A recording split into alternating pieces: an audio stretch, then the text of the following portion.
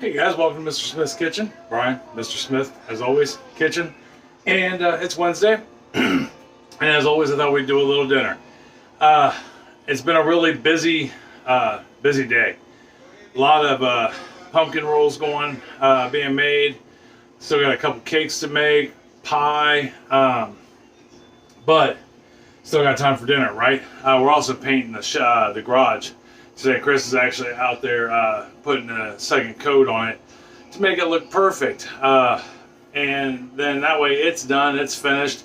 It'll be nice and bright white until we can do a complete makeover on the outside of the house in the garage. But anyhow, that being said, if you're new to my channel, welcome. If you're returning to my channel, thank you. Thank you either way. If you're new, I hope you get something out of my channel, hands down. We do a lot of things food.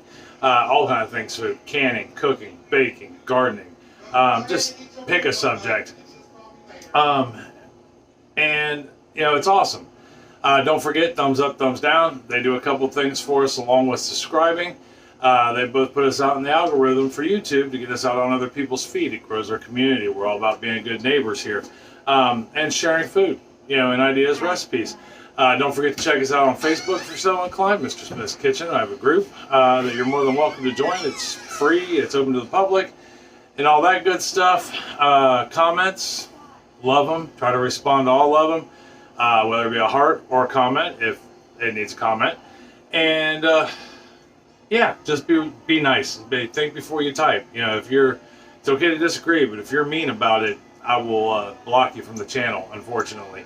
So, that being said, tonight we're going to do a Cajun smothered steak. It's a round steak that we're going to cut up, put it in with a nice broth. We're going to build a roux. We're going to add some vegetables to it. And we're going to let this bad boy cook for about 2.5 to 3 hours. But the end result is supposed to be amazing. I don't know. I've never made this recipe before. I will, only because I don't remember offhand now whose recipe it is, but it is somebody else's recipe. I didn't change anything in it, but like anything else we cook, you can add, subtract, you know, whatever you like to make it your own.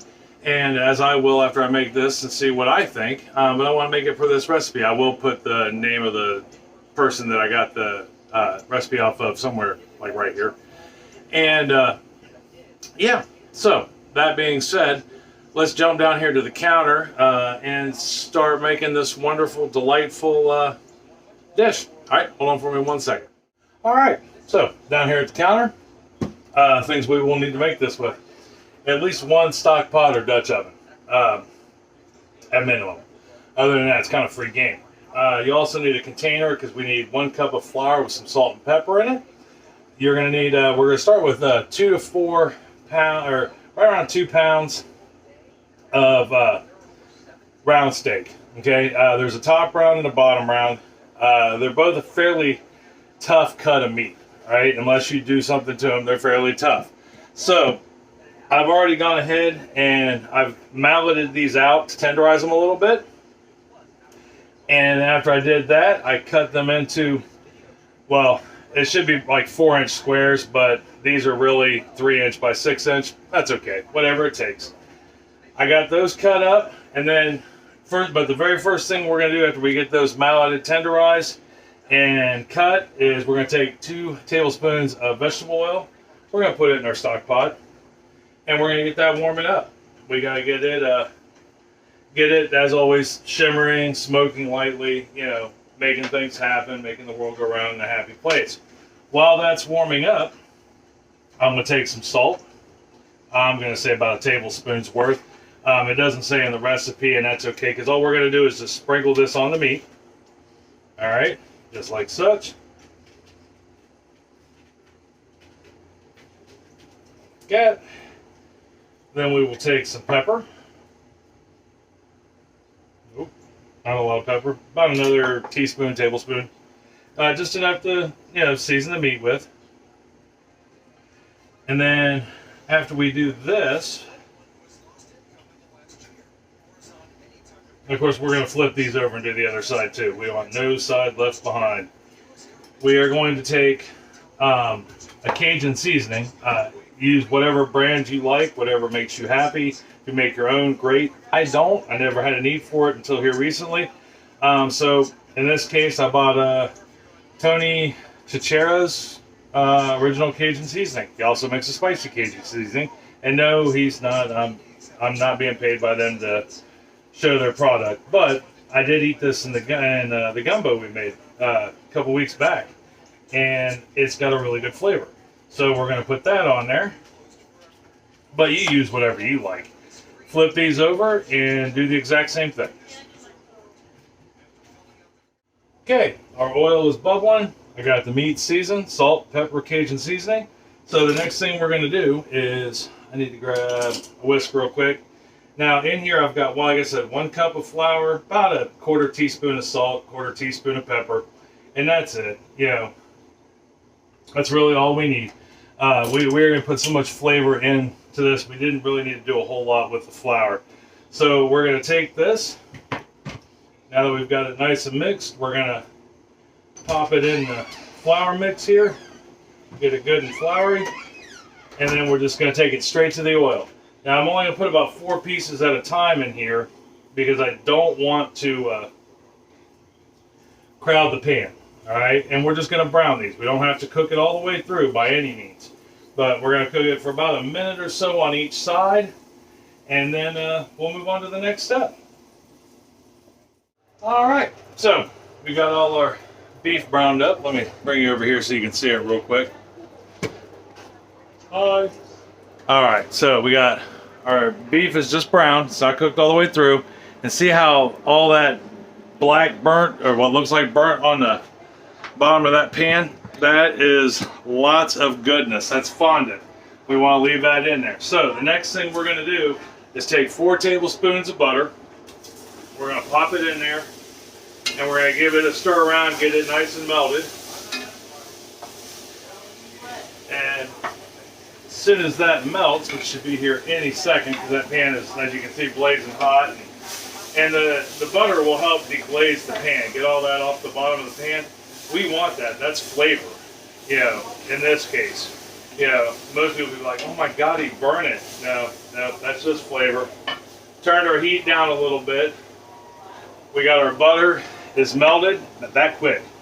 And it's bubbling and it's simmering and it's nice and hot. So to that, I'm going to add 8-ish ounces of mushrooms. Go 6 to 8 ounces of mushrooms. Mushrooms are optional. You don't have to put them in.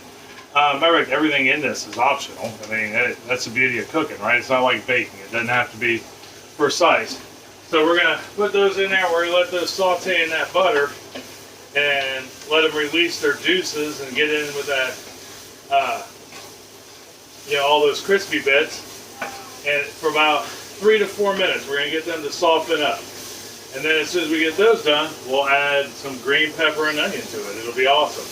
Okay, we got our mushrooms sauteed. They're softened up. So the next thing we need to add to this is 4 cups of sliced onions. And it just lay it on its side, cut the onion in half, lay it on its side, and slice them up.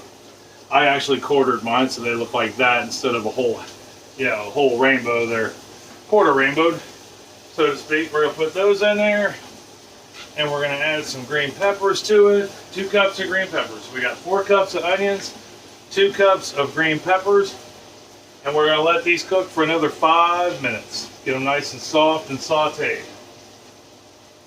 Okay, guys, so we got it caramelized. Let me bring it over here. I'll show you what we did. So we've got our onions and green peppers are softened up. They're caramelized. Our mushrooms are looking good. Everything's looking beautiful. I know it smells amazing. I like to cook with green peppers, onions, and mushrooms anyhow. They're like a staple in our household for the most part. So they're really good. So next thing we're going to add is about 2 tablespoons worth of just rough chopped garlic. And you can rough chop this because we have to let this cook for quite a long time. And that garlic's just going to melt and disappear into this. And it's going to taste amazing and add all kinds of flavor. And along with that garlic, we're going to add in another seasoning blend, so to speak. And what this is it is a, I can't remember now. Yeah. It is 1 teaspoon of salt, 1 teaspoon of pepper, 1 tablespoon of dried thyme, and 1 tablespoon of the Creole seasoning. And we're just going to put that in. And then we're just going to let this cook in for a couple minutes, right? We want to wake that garlic up but not burn it.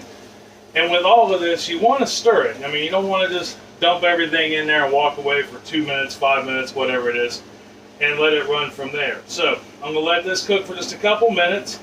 The oils and all that and the butter will wake those herbs up. It already smells just absolutely amazing.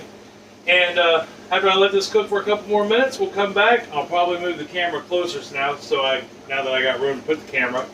And that way you can see what we're doing from there. All right, garlic's awake. Things are smelling wonderful.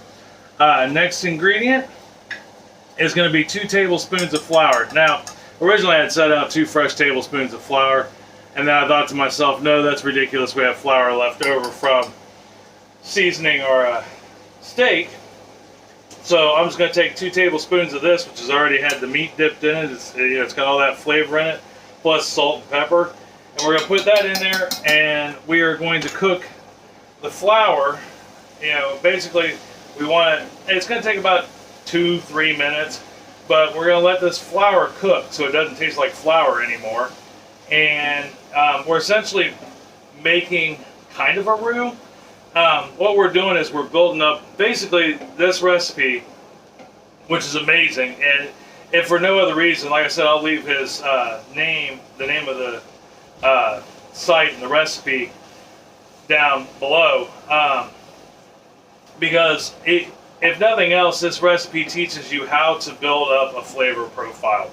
That's why we're doing this in stages and cooking things a little bit at a time. And he makes it a point to tell you that's why we're doing this. So, if you want to learn how to build up a good rich flavor, by layering in your flavors, this is definitely a good recipe to learn that with. So, I got about another 10 seconds on this, and then we'll move on to the next set of ingredients, which is we're about there. So now let's add that next layer of flavor to this. And you're going to notice things are starting to get a little thick. They're starting to stick to the bottom of the pan again, and that's okay. Because we're going to add beef broth to this, and it'll help bring everything off the bottom of the pan. But 2 bay leaves, just like such, and 2 tablespoons of Worcestershire, or W sauce, as I like to call it. And we're going to let this cook for a minute. Alright, we let that cook for a minute. We're building that flavor profile. So the last thing we need to add is 3 cups of beef broth. Today I'm just using your standard old box beef broth like you would find in any store anywhere. Sometimes we use better than bouillon. Beef is the one thing I don't make and can myself. We don't buy enough of the right beef parts, so to speak, to be able to make our own. It requires like the tail and a bunch of bones and marrow, and unlike chicken where we eat a lot of chicken, whole chickens, we don't really do that with beef. So we got that in there. We're going to bring this up to a boil and then let it simmer for 5 minutes, okay? So we want this to bring it up to a boil and then let it simmer for 5 minutes. And then we're almost ready to put the lid on it and just let it go for a couple hours. We're down to the last step. We let this bad boy hard simmer for 5 minutes. It's looking delicious. So we've only got 2 things left to do before we can serve it. And unfortunately, one of them is the longest part. But all we have left to do is put this meat back in there. We're going right back full circle to where we were, and we want to get it covered. We're going to turn that, I already turned it all down. We're going to just turn it down to low. Put our meat back in here. Man, I'm telling you what, this stuff smells amazing. My house spent most of the day smelling like pumpkin rolls. Now it smells like a beautiful Cajun dish. No lie. The smells are just amazing. Alright, we got that back in there. We've got it turned on low. Let's get that little piece of cooked flour there. And we're just gonna let this cook for about 2.5, 3 hours. We're looking to make that meat just fall apart. Lid on, all the way down on as low as you can get it. 2.5, 3 hours. So when I come back, I'll have some rice on a plate or in a bowl, and we'll take a look at it, serve it up, and try some. All right, I'll be back in just 1 second. All right, guys, so we let that cook for about 2.5-ish hours, maybe it's closer to 3, and we got her together. So I'll bring you down here so you can see her real quick. That, my friends, is our finished product. Yeah, and I mean, it is fall apart tender, plenty of gravy to go with it, and some brown rice. So let's go ahead and get this plated up real quick. Oh, why? Everything looks so hazy. I'm getting ready to also pull some red velvet cake out of the oven, so we'll have to, you guys may get to do that with me. We'll get some rice in there, just like such, and I'll move this right here, and then we'll give it a good stir, get a couple pieces of that meat out there. Oh, that looks so tender and delicious.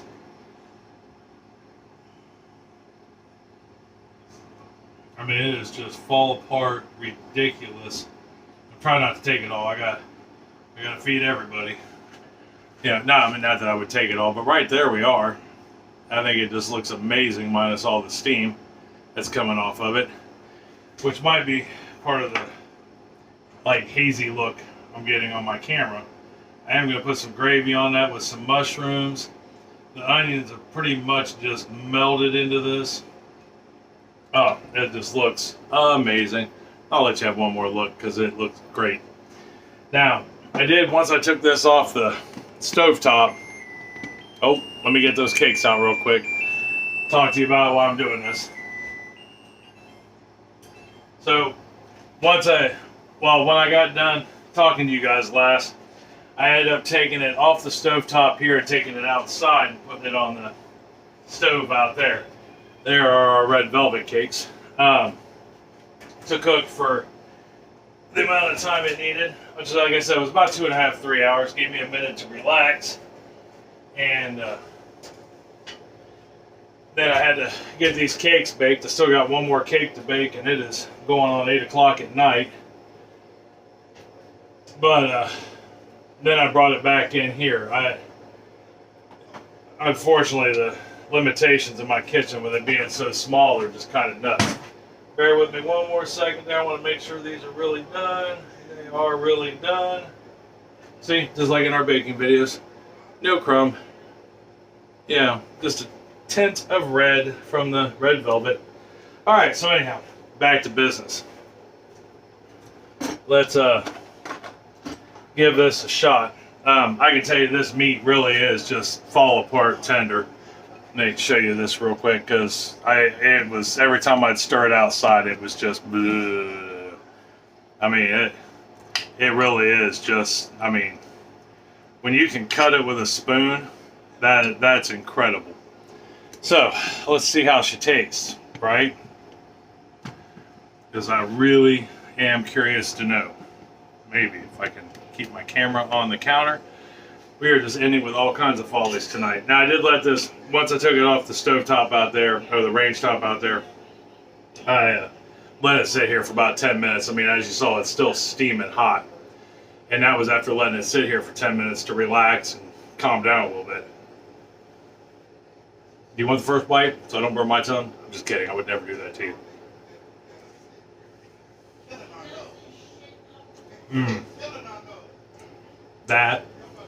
That is, they aren't kidding. This is a great recipe. I mean, just great. I would probably not change a whole lot of anything in it.